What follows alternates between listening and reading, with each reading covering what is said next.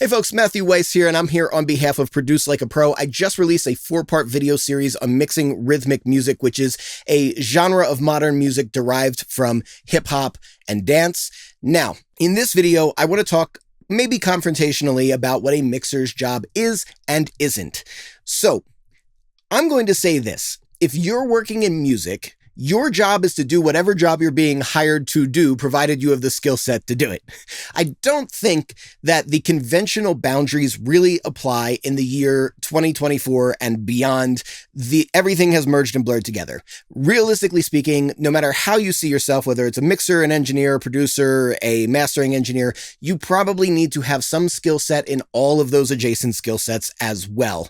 So when I'm mixing a record, I take it upon myself to say, I'm going to do everything I can within my skill set to make this record the best I can possibly make it. And there are no real rules to that. However, if we go online, you will see that there is a very strict definition in terms of what a mixer should be doing and should not be doing. A mixer should be making the best balances of the arrangement and presenting the song in the best light. A mixer should not be changing the arrangement, adding musical elements, adding sound effects, mastering the record, etc. Well, we all know that online is where reality goes to die. So I'm going to show you a record that I did very recently where I am breaking those rules, and this record was approved with no revisions. So let's go. This record has a hook right here.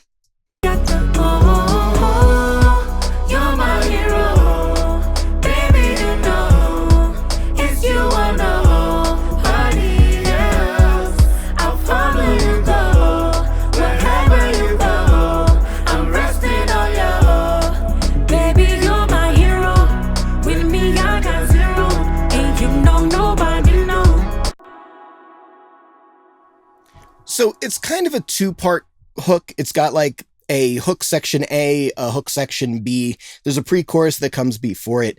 Now, when you're mixing pop music, one of the fundamental ideas behind the arrangement side of things is that all of the music should be setting up and implying the hook. Pop music generally revolves around the idea of a hook being hooky. Now, technically this is Afro, but I would call this Afro pop, right? It's very much influenced by pop music here. So when I'm listening to the arrangement, when I'm listening to the verse structure, when I'm listening to the pre-chorus, I'm listening for anything that's going to be setting me up to anticipate the hook subconsciously so that the hook becomes hookier. However, I didn't feel like I was hearing a lot of that in the record. For example, here's the pre-chorus section. Other night, praying just for you and I. Calypso, forever to continental. You know better, cause we together. Together, oh no. Calypso, forever to continental. You know better, cause we together. Oh, you're my hero. Baby, you know, it's you I know, honey, yeah. There's nothing musically wrong here. It's, we're staying in a certain chord pattern, and then when we go from the pre-chorus to the chorus, we stay in that same chord pattern. So in a way that kind of sets us up, except there's nothing to take us away from the chord pattern to make us want to hear it again. There's no kind of melodic inference that says, okay, this is the melody that's already implying the next melody. So from a musical point of view, I don't think that the hook is going to become hooky enough on first listen. So how am I addressing this? Well, I've decided that I'm going to take part of the hook and I'm going to cycle it into the background of the song. So I have this going on.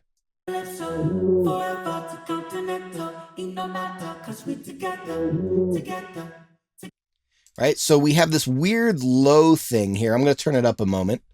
I might have some, solo unsafe stuff. Okay, well, whatever.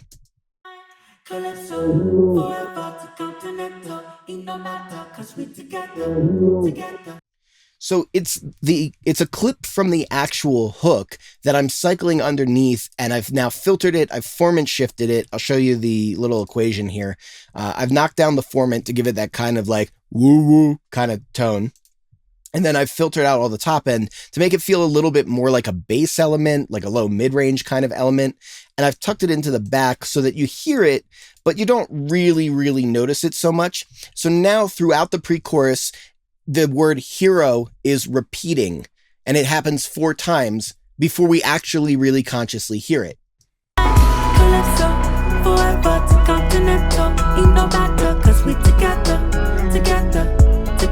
oh no. Calypso, forever to continental. Ain't no matter, cause we together, oh. You're my hero, baby, you know. Now, how successful this is or isn't, that's going to be up to the listener to ultimately decide. But the goal here, whether I achieved it or not, is more important than the actual technique. It's the idea of saying, okay, I'm going to make a small arrangement change. This is not really technically mixing, but it's still my job to try to get the best version of the song possible. So I'm going to make this small arrangement change in order to imply the hook and make the hook hookier. Right? So it's that thought process that I really want to nail down here and express. So this happens similarly throughout the post-chorus bridge section here. We have this. Calypso, forever to continental. Ain't no matter, cause we together, oh no. Calypso, forever to continental. Ain't no matter, cause we together, oh. So this is a repeat of the pre-chorus, but now happening in a different section. The top line, the lyric melody top line, that's now happening in a bridge section. So to make this feel bridgier and to also reinforce the hook, because the idea of a bridge usually in pop music is to get from one section to the same section through a transition, and very frequently happens from hook 2 to hook 3. So hook 2, bridge, hook 3, as opposed to just hearing the hook again and again and again, which gets too repetitive. So the idea of the bridge is to get us into that last chorus, last hook in a way that says, wow, I'm so glad we got here. So I'm going a little further with my technique and approach this time. I'm going to unsolo my elements that are kind of hiding in the background here and turn this up just a hair and play it again. Calypso, forever to continental. Ain't no matter, cause we together, oh no. Calypso, forever to continental. Ain't no matter, cause we together. So again, in the background, I have this filtered low sound where I'm basically playing the hook.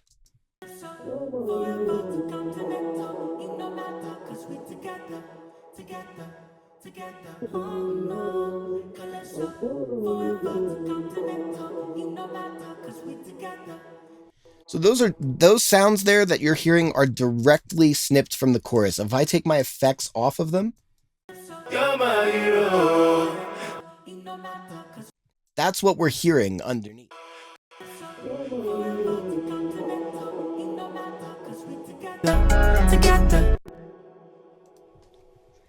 Cool. So I want to wrap up there just by saying that, there's no rules against this stuff. Very frequently when I'm mixing records, if there's, say, like a left-right unison stack of background vocals that are meant to sound more choiry and really fill things out, I will literally sing the unison lines myself a couple of times and tuck them underneath to make it feel more choiry. Not so much that my voice can actually be heard, but so that the fullness can be felt. Sometimes when a bass line feels like it's incomplete, or maybe there's no bass line there, I'll pull out my bass guitar and I will add a bass line. I'm not saying do this stuff all the time. I'm not saying go crazy. Most of the time, I'm pretty strictly mixing what's being presented and leaving it at that. Going from the place of assuming that the producer got it right, the tracking engineer got it right, the artist got it right. Unless something really leads me to believe that that's not the case, then I will fill in the gaps. So use discretion. However, the job is to make the client happy, and whatever is going to do that in the best way possible, whatever is going to help the song be as successful as possible, use your discretion to do that. All right. Once again, my tutorial series on mixing rhythmic music is out. You can check that out at Produce Like a Pro. And as I say, we are musicians. Sound is our instrument, and I will catch you next time.